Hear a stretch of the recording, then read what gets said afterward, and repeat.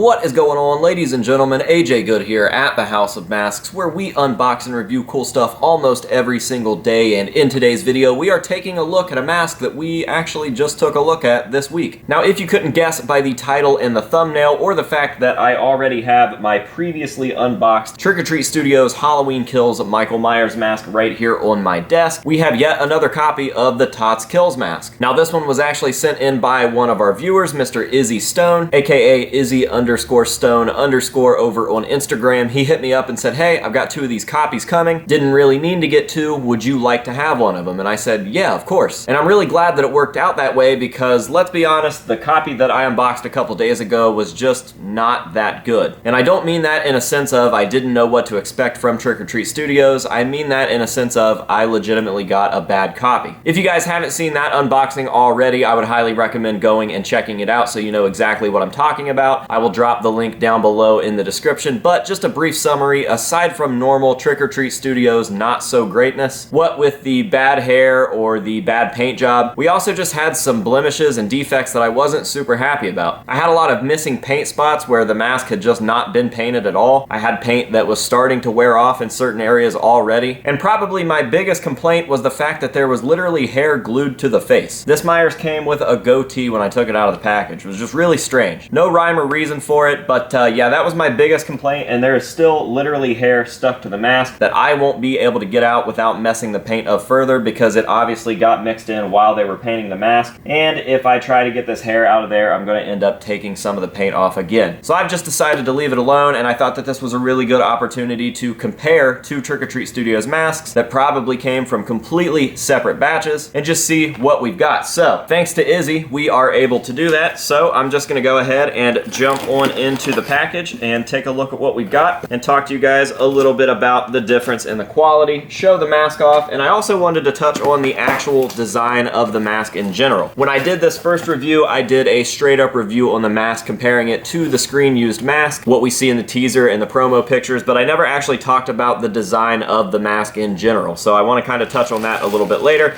But first, we are going to do this comparison, this little unboxing and review, and I will show you guys now what we've got on this second copy. I don't believe that I saw this. I don't remember if he sent me photos, but I don't think that he did. So this is going to be the true test. Now from this side, everything looks great. I can already tell that this one is painted better, at least on this side, due to the blood smear here. And I'll show you guys what I mean by that in just a second when I actually do compare them and show them both on screen. But this side is going to be the easy side to not make look bad. If there's ever a side to make look bad, it's going to be this one. So I am going to take my first look at that side now and at the mask as a whole and see what we've got, but I definitely have a better feeling about it. So, we ready?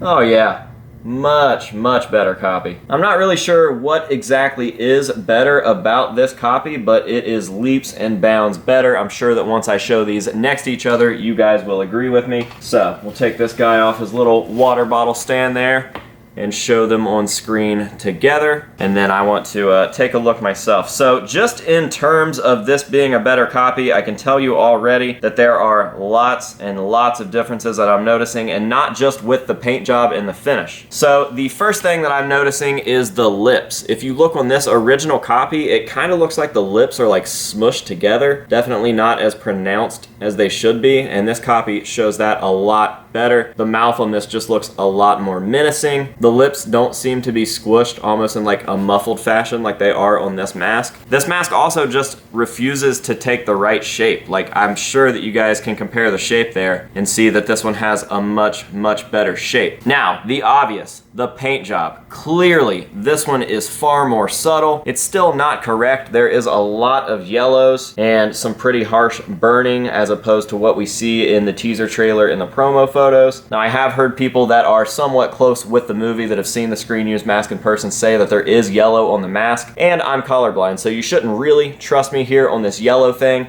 But I will say that this subtle paint job looks far more impressive than this very contrasted, very harsh, very lazy paint job. So now let's compare the other side that I said was better. This is the mask that had the defects. I'm not sure if you can see them, but I will circle them on the screen so you can. This mask clearly does not have any defects. There are no pieces of hair stuck in the paint, nothing weird going on.